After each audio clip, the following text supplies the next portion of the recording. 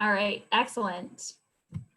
So like I said, my name is Ellen Desmond. I work in the Bureau of Student Wellness at the New Hampshire Department of Education. And our team has been joining you via YouTube live stream on Mondays, Tuesdays, Thursdays, and Fridays at 3 p.m. for the afternoon bell, which is our opportunity to discuss issues with some of our community partners and provide supports to New Hampshire educators and families as New Hampshire learns remotely. We have a very special partner, a broader community partner here today with us.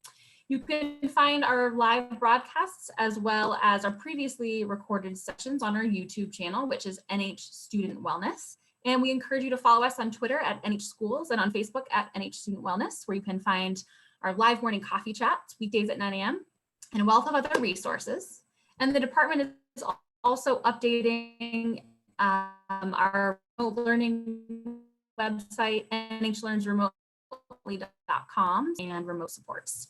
The title of our session today is Anxiety Isn't Cool, but Talking About It Is. And here with me is Angst filmmaker, Scilla Andreen.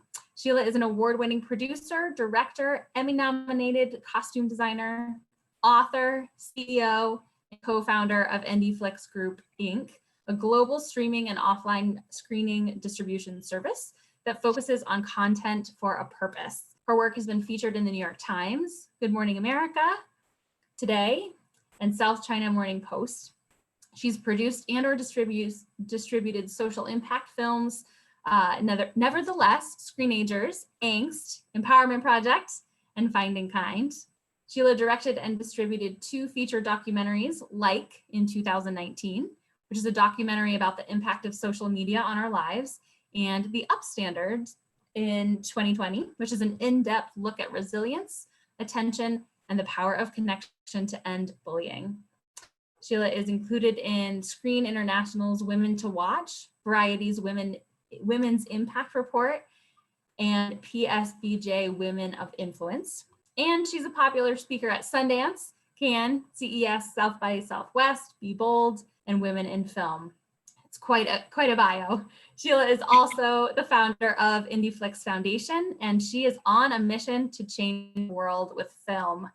We're really excited to have Scilla today, especially because our current partnership with IndieFlix around the film Angst. So as always, those of you who are tuning in, please feel free to leave questions and comments for our guest today in the chat box, and we will make sure to connect with you either during the presentation or offline. So thanks, Scilla. Welcome.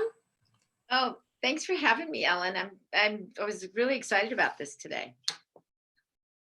Absolutely. So I would love it if you want to just kind of share your story. How did you come into filmmaking in this way? And when you say making, film for social impact, what's your aim there with that mission? Well, honestly, I came into this kicking and screaming. I didn't want to make a movie about mental health. I actually didn't think anybody would want to see a movie about mental health. I was that person who, I lived by the stigma. It's something you don't talk about. I'm also half Chinese and half Swedish, and in our culture, we don't talk about it. And I don't know why, because now knowing what I know, it's like, that just seems ridiculous. But yeah, I didn't want to make this movie. We'll go back a little bit further. I was, a little film had crossed my desk about 10 years ago called Finding Kind, which is about bullying and girl world. And I'd been bullied as a kid. So the old fashioned bullying, like not the kind nowadays, the cyberbullying, which I think is just, honestly, it's harder and more stressful, but the physical bullying and kicked, spit on, that kind of stuff. And I always vowed that if I could ever help someone not feel the way I was feeling, that I would go to great lengths. And so when Finding Kind was looking for some finishing funds and, was looking for distribution, I watched the film as a rough cut in my living room on a DVD. And the first thing I wanted to do was to turn to someone and talk to someone about bullying. And I thought, this film needs to be seen in schools, not alone in your living room online. And so we ended up taking it up to like my daughter's school and other schools, and it just haloed out from there. And that film has gone on to do thousands of screenings in 50 countries. But it started this whole thing for us where here I am, the CEO of a global streaming service, and now I'm like doing these school screenings. But the schools wanted more content, more conversation, more materials to keep that conversation going. And so we did one called the Empowerment Project, which was really fun, and that still continues to screen. And from there we went on to do Screenagers, which I helped to fund and produce that film and took it out for the first year. And then a friend of mine had said, you need to make a movie about mental health. And I was like, no, not touching that. And she kept asking me like throughout the year, and we worked together too. So I saw her a lot. And then I got a call one morning. She had died by suicide. And, it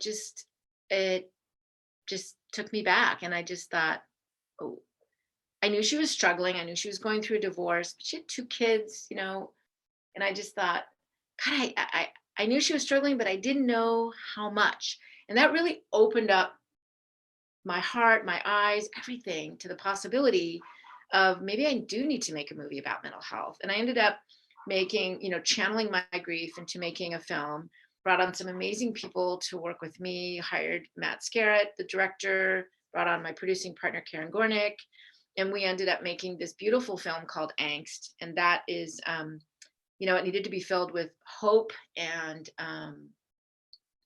tools and things you could do within like a minute of viewing. I was very specific about kind of when I thought, okay, I'm going to make this film, I'm going to channel my grief into it. I had already seen the movie in my head. And I knew already like the kind of personality or energy I needed to bring into it to make that movie. To this now, a couple, flash forward a few years, the film has had, I think we're coming up on like over 7,000 screenings in 90 countries. It's subtitled into now, I think like 11 languages and dubbed into Spanish. So when I thought, oh, no, I'm not going to make a movie about mental health, nobody wants to watch it, I had no idea what we were embarking on. And in making Angst, it came up so much. Everyone's like, is anxiety really on the rise? Or are we just talking about it more? Are we being able to measure it? It's kind of normalizing already. Or is it on the rise for real? And people thought for sure it was because of social media and technology. So I thought we need to make a whole movie about that. So then I ended up making which is a documentary about the impact of social media on our lives and technology on the brain. And in making that film, it came up so much. Why are people so mean online? Like, what is going on? Why they would never be that way in person. And I cannot believe that just anonymity means you can just go be you and who you are is mean. I don't think that's right. I think there's something I didn't understand. And I knew as a little girl in 3rd grade, locked in a school closet, who was being so bullied physically and left in a closet for a whole day in a classroom. I actually knew in my heart that they weren't bad people. They just didn't know me. And I looked different and they were afraid of me and they didn't know how to deal with it. Right. They just didn't have that awareness and that, I don't know. It's not education. It's just that it's that exposure. And so I just had to understand that one. So we made the Upstanders, which is still, we're kind of putting the finishing touches on it. And that is about bullying and cyberbullying. And what I thought was going to be all about why are people mean? I didn't know what I was going to learn, but I learned about resilience. I learned about grit. I learned about loneliness and community and connection and how this all fits together and the role that technology plays in it, which, by the way, technology is not going away and technology is great, but we need to really understand the power of it and then learn how to use it. And so this trilogy of films, which I'm so grateful to the Department of Education in New Hampshire, you guys are like modeling how all states should be. Seriously, this needs to be a real priority. The soft skills, the social emotional learning, this foundation, it's game changing to do all other things.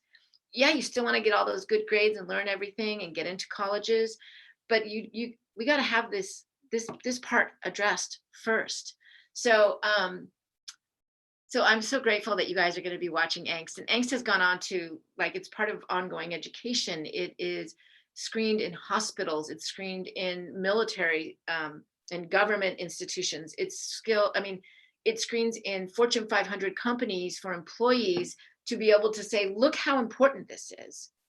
And guess what? You have a whole bunch of benefits that we offer you as a corporation. Go use those benefits, because we've learned the prevention side is so much more effective to help you not even have to go to the other side, but we're over here right now.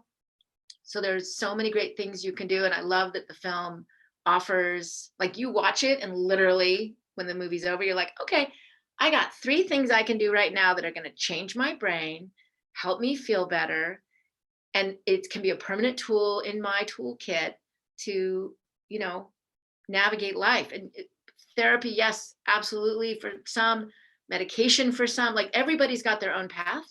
The fact is, raise your hand, speak up, get help, reach out to people you think might be hurting. This is such a normal thing. So, and I actually, if you want, I can show the trailer. I think that would be wonderful. Yeah. So for those tuning in, if you haven't heard, the New Hampshire Department of Education, specifically our bureau, has this great partnership with IndieFlix, and we are through the end of June showing Angst. We have contracted with them, and they are providing up to 500 links. So individual viewers at home, you can have a little family watch party, or just sit in your living room with your PJs on and start this conversation. That really is the ultimate aim, as I understand it from Scilla and her team. And so really using this film as a springboard for conversation that is destigmatizing and normalizing of anxiety. So yeah, I would love it if you want to go ahead and play it. We can give a little teaser. Yeah, let's see if I can do this right. Here we go. Screen share. Here we go. Okay. All right. My hands start to shake. I feel like I can't breathe. I kind of start to breathe really rapidly and I can't slow my breathing. So then my body starts to think that there's no oxygen and that I'm dying. My vision gets pretty blurry and I can't think.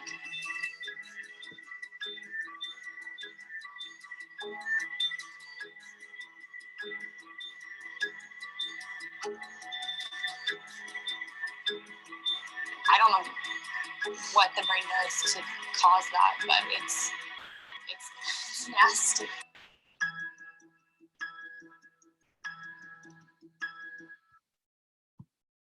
So, yeah, that's the trailer. And we have 2 different versions of the film. We have a 55-minute version and a 43-minute version. We learned that classrooms, boardrooms, oftentimes, and especially on webinars, want to see the shorter film version to have conversation, and then other people want to see the full, which they're both amazing. The difference between the 2 is, and I think you guys are going to be showing the 56 or 55-minute version.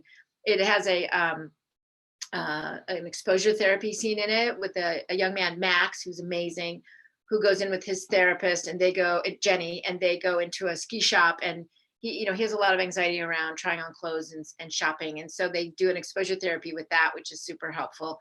And then it addresses a little bit about our core fears, which, that kind of confused me. I was always like, well, what's my core fear? And to this day, I think, gosh, it's a whole long laundry list.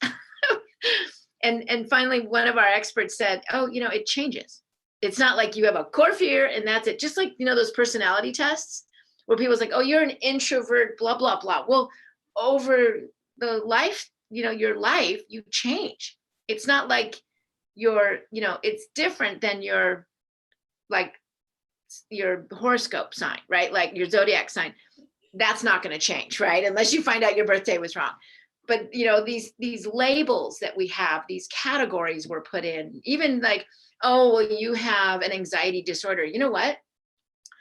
I had an anxiety disorder my whole life and I didn't know it. I learned making Angst that I have social anxiety. I am classic textbook social anxiety. And I had always thought that I was kind of broken, a little less than everybody else. Don't tell anyone, because then, oh my God, then they'll really hate me, in addition to being looking different and all that stuff. So I always just wanted to be invisible. I always just wanted to like not stand out. And yet, of course, if you want to get into a college or get a job, you have to stand out, which I never learned how to do that. And it's so interesting, like all these mixed messages, right? And all we're trying to do is like not stress and breathe and fit in and have friends and community and love and all these things. And the world is just a really crazy place right now. But I think it's kind of forcing us to focus on the important things, which is something I really love. So I don't know if I there's any agree. questions. I would love if do you mind just spending a little bit of time talking about some of the resources that are available after Oh, folks watch the film? You've developed a plethora of resources for yeah. discussions and some curricular exercises, and I think that would be great for families and educators to hear about, if you don't mind. Oh, absolutely. And you know, it's so funny, like, you know, remember, I didn't want to make a movie about mental health. And so, you know, everything kind of came in stages. Made the movie, and then like everybody was like, oh, we really need this movie, but we're afraid to show it because we only have one counselor, and we're afraid that the whole school will have to go line up at the counselor's office, and we don't have the resources to deal with the fallout. So we're just going to wait. And I was like, ooh, you know, like I never thought about that. That might happen. I don't know. And so it was those few brave early adopter schools that just said, we don't care if our counselors get overrun. We need to talk about this. We have people dying by suicide. Like we've got people who are struggling. We have people who can't go to school. We have to talk about this. And so they started showing it. And it wasn't until then. And it took like, I mean, honestly, like the film was done and it took 6 months before people would actually start really booking it into their schools because they were afraid. And at one point I thought, is anyone going to book it? Because here people need it. We're talking about it so much, but people are afraid to watch it. That's even the people who are going to book it. They're like, on our past films, they'd say, oh, we're going to fill the theaters. It's going to be great. We're going to talk about empowerment or bullying or whatever. And when Angst came along, they were like, do you think we'll fill the theater? Are you going to send the film okay? What if the projector breaks? What if, you know, like all these other things? And I realized it almost like made people think in those terms, which was sort of interesting. And then once those schools started screening it and they realized, oh my gosh, this is like a collective sigh of relief. It was like community therapy. Maybe 1 or 2 kids came to the counselor's office, but more importantly, and thank God they went to the counselor's office, but more importantly, people opened up. They started talking to each other, to their coaches, to their teachers, to their best friend's parent. You know, I mean, it was pretty amazing. And the response was overwhelming. And we were getting all these sort of testimonials and all this information. And, you know, there's that safety in numbers. So as more schools started to book it, people were like, okay, we're bringing this to our school. We're bringing this to our corporation. We're bringing this to our church. And suddenly it was just, I mean, it was great. And it just kind of took off. And, but then it's like, okay, this is great. We have the screening. We're having the conversation. Now what? We need more tools. We got to keep the conversation going. We opened it up. We're not going to abandon it now.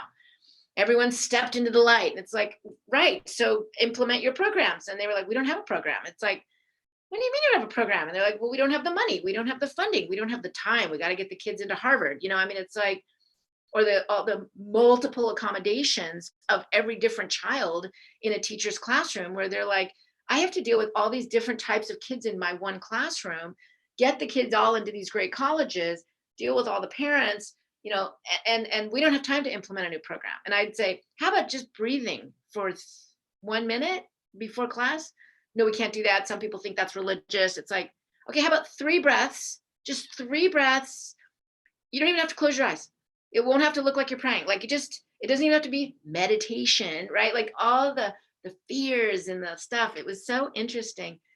And now cut to where we are today, whole programs have been implemented, but I looked for something to be able to give to schools because, you know, schools don't have a lot of money.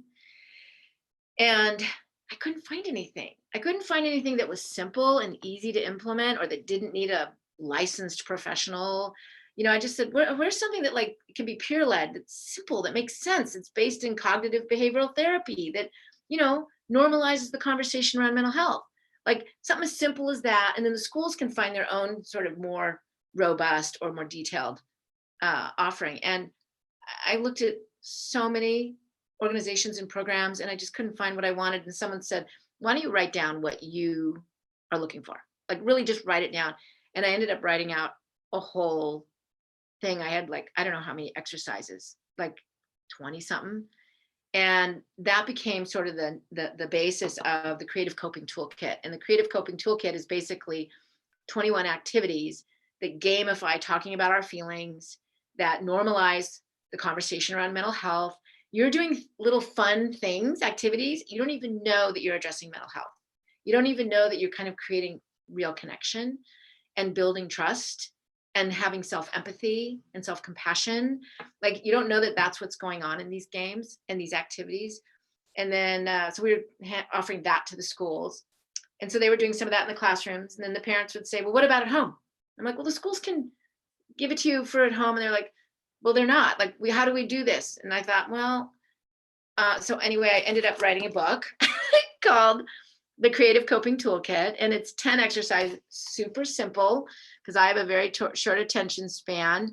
So it's just kind of like fun stuff that I used as a kid to hack my own brain. And I didn't even know I was hacking my own brain. But now making the movie, I learned there was actual brain science behind why that made me feel better or gave me the courage.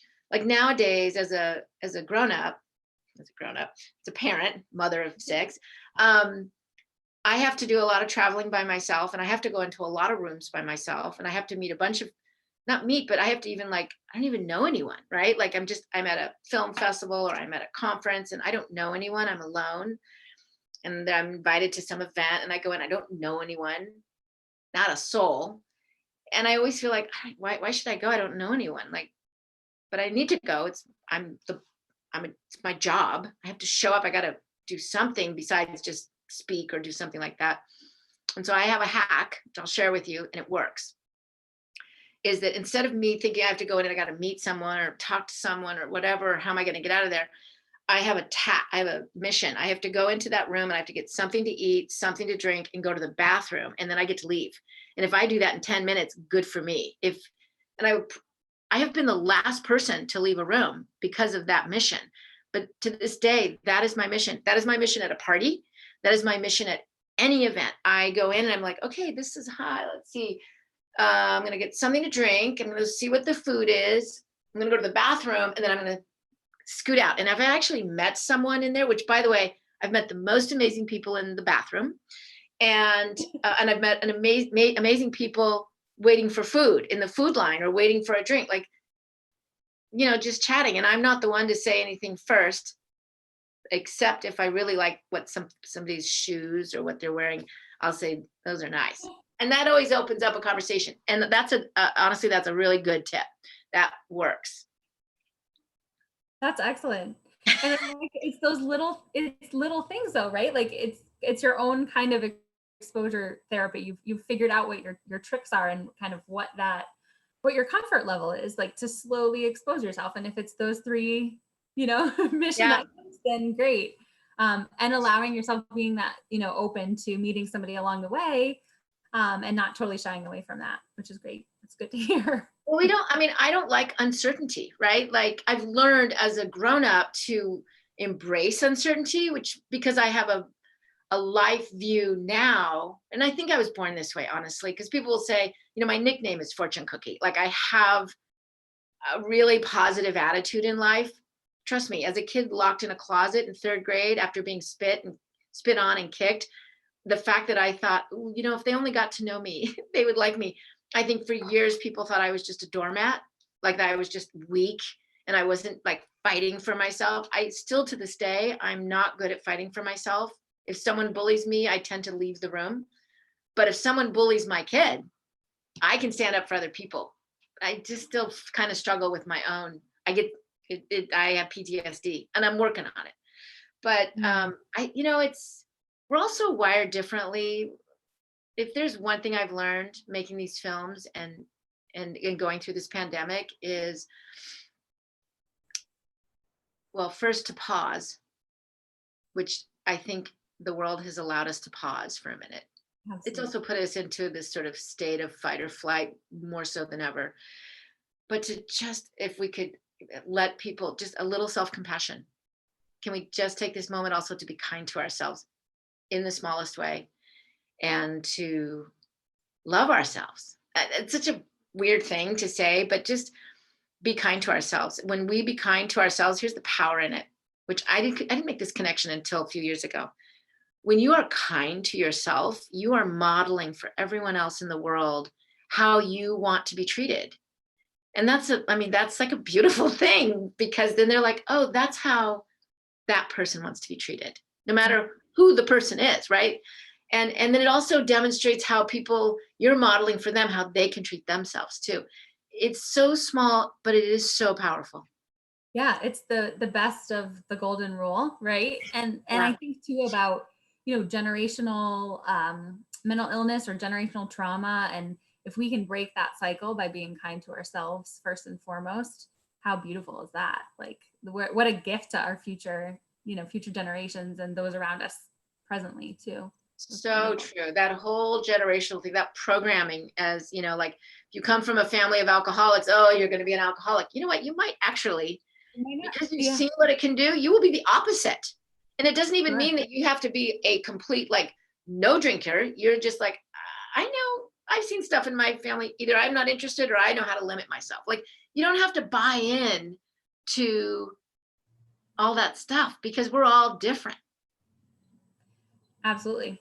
What I'm wondering if you have some advice for parents or sort of guidance as you spoke to young people who are dealing with anxiety. What are some of the themes or things that they routinely said, I really wish my parents would what? Right. Or I really wish my educators understood what? Yeah. Great question.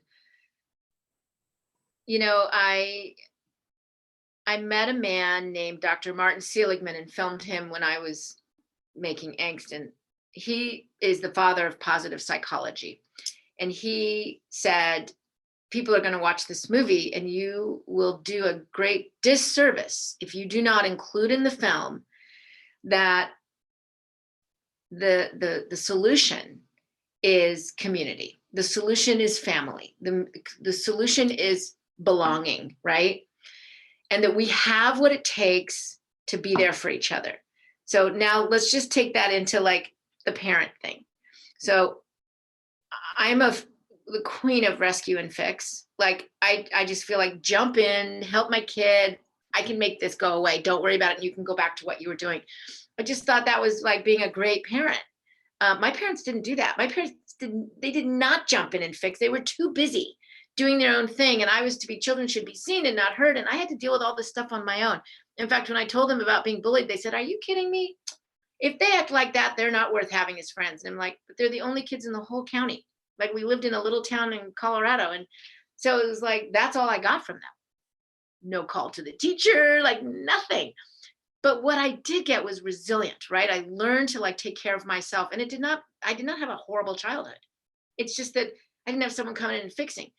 But so I overcompensated with my own kids. I'm like, I'm going to go in and be there for my kids, which I still wasn't. But, as parents, how do you talk to your kid when they don't want to talk to you? How do you, and they're struggling? And this is the hardest part. And this was the hardest part for me to learn. And I still work on it. And I will work on it for the rest of my life. Is we have to just learn to sit with them in their stuff and be there with them, be there for them, but we can't fix them. So how do we do that? If we just first accept the fact that we're not going to fix them, right? So how do we really help them? And by the way, they're not broken. They're going through something. So what we want to do is say, look, I'm here for you. What do you want to do? We're going to, whatever it is, I don't have, and we also don't have to have the answers. Whatever it is, let's figure it out together. Let's make some calls. Let's talk to the counselor. How about this? Let's just start with our primary care physician and just sort of vent and say they've known you since you were a baby or whatever. And let's just figure out where we go from there. For some, it may be, let's go talk to a therapist. For some, and now it's going to get easier because you can talk to someone online. You don't have to be driven to an appointment to sit in line and, feel like everyone's going to see you or whatever. There's all these wonderful apps and online things. Just the simple fact of getting it out and talking about it has a chemical release on the brain. Like, you'd be surprised the little things that help. Parents should always start a conversation with something positive about their kid. No matter how mad you are at them, no matter what they did. If you found out that your kid was bullying someone and you just got the news, first thing you do as a parent, check yourself. Check your own energy, check your own, because you're going to model for right? When you walk in the room and talk to your kid, you're going to model for them all this kind of energy and disappointment or fear or whatever it is, or anger. So check yourself. Know, as everybody says, if somebody bullies someone, they are hurting. Something's going on with them. People don't just lash out for no reason. So think about getting to the root of that. Go in, say to your kid, how you doing? I hear today might have been a tough day. And I just want you to know, I love you so much. And what I love is that you're here and I get to talk to you about this. And we don't have to talk about it now if you don't want to. We can talk about it after dinner, but just want you to know I'm on your side. And there is maybe no side, but I love you. And I'm here. And we're going to figure this out together, right? Like, don't go in making them the bad guy and just putting them on trial before you even get to just love them, right? And just learn to sit with your kids and not just sit with them in their stuff. It's really hard, but it's doable, and it's a practice, and you can do it. And sometimes maybe not talking to them about something, just spend time with them, build the trust, and model your own vulnerabilities. Maybe talk about something you did when you were younger, or a tough day you had at work. You were terrified that something bad was going to happen. And maybe it was, kind of did happen that way, but you know what? Oh my gosh, you survived it. It actually came out okay, and things are better. We have to model that we get through things for our kids. Like it or not, we are their role models. Absolutely.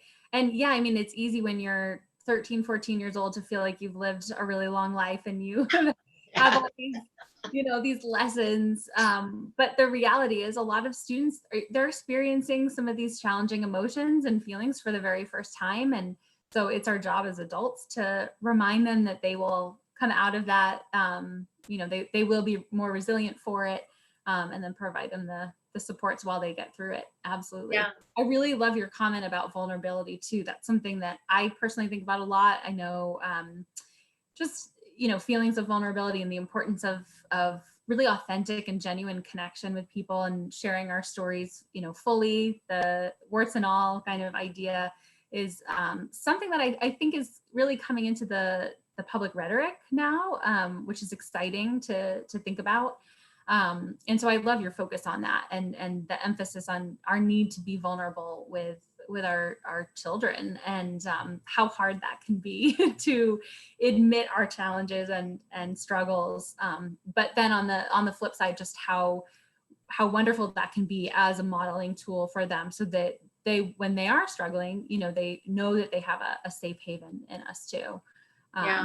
And I think it's challenging for, not just because, adults are, parents and caregivers and educators want to be that, the superhero kind of sometimes, and want to fix and want to save.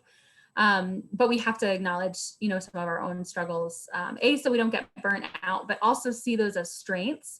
I think in that we are human too, and we do a disservice to our young people if we, pretend that we're not struggling with things. I think that's an important note to take.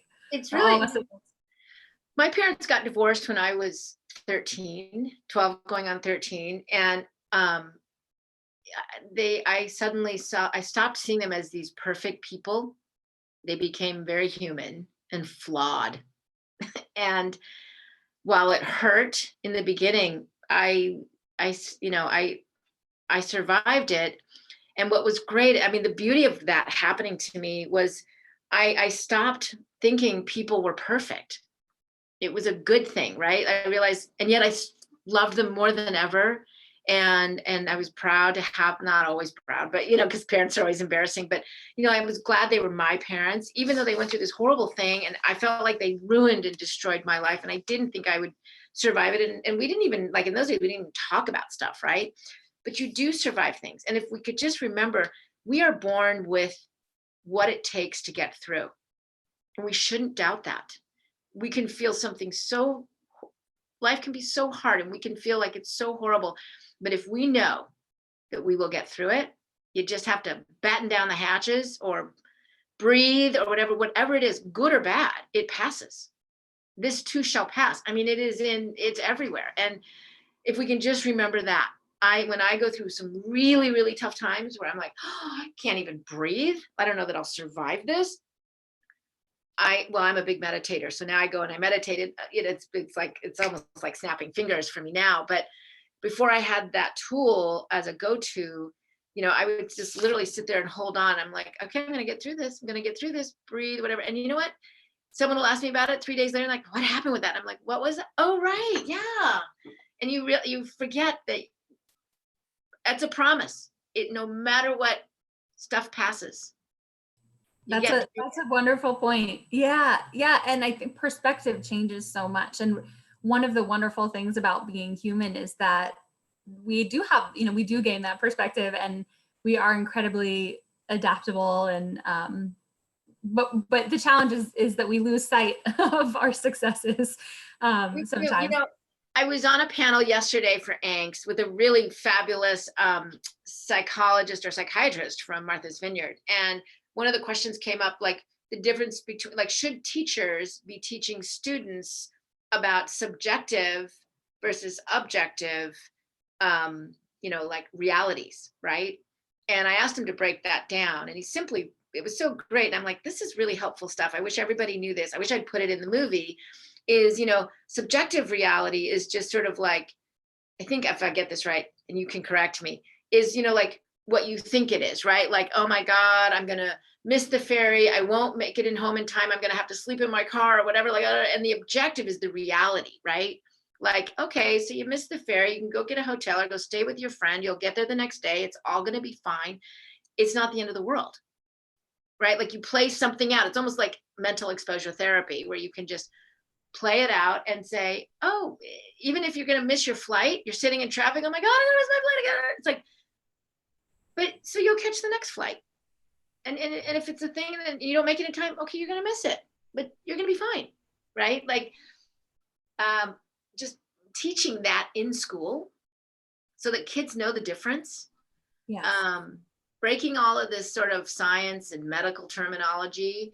You know, Cora Bruner, we have a fabulous woman, a doctor in the movie. She's my dear friend as well. She's just the superwoman in the medical world and affiliated with Seattle Children's Hospital. And she talks about like you can put ice in your hand and that cold hits the palm of your hand and sends a signal to the brain, which moves the energy from the amygdala where the anxiety is, and it moves it to the prefrontal cortex where anxiety can't exist.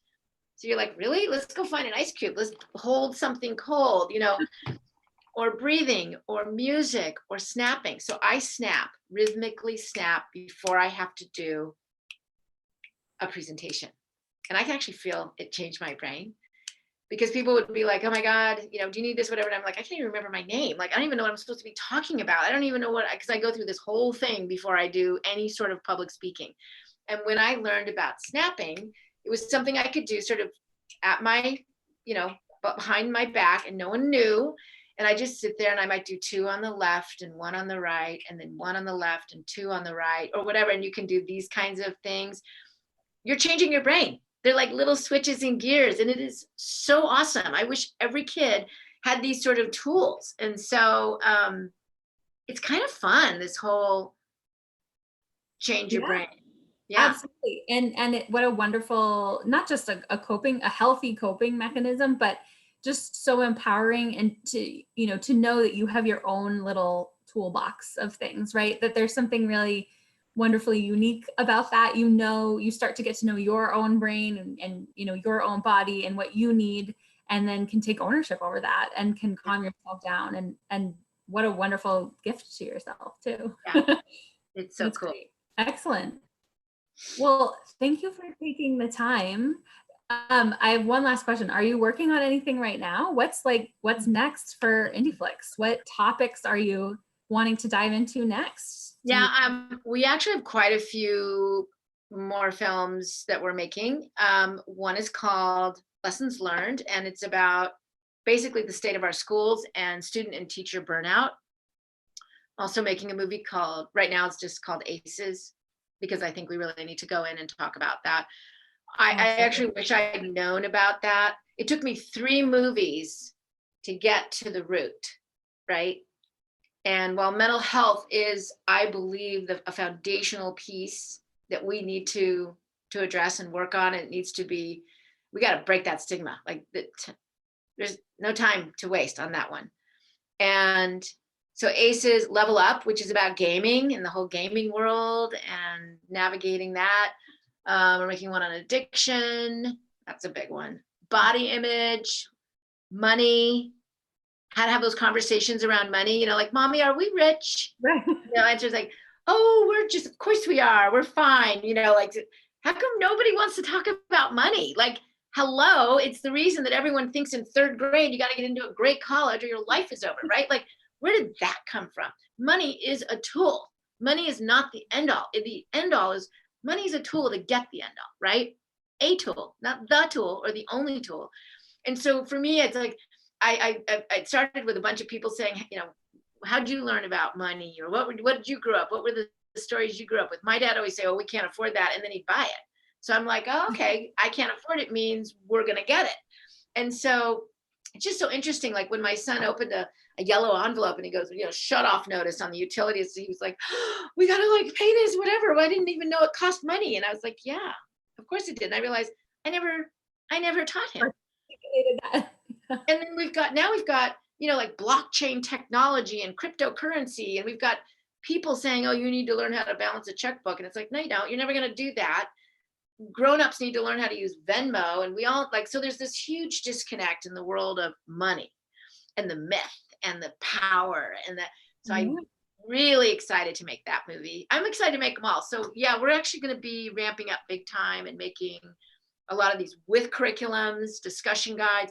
I just feel like it's something fun to inject into in existing curriculums in schools, because I remember watching a movie when I was in school. And I'm like, that was fun, right? Yeah. And you know, just gave a break to the day, but you also leaned in and you paid attention. And when it makes you feel, you remember it.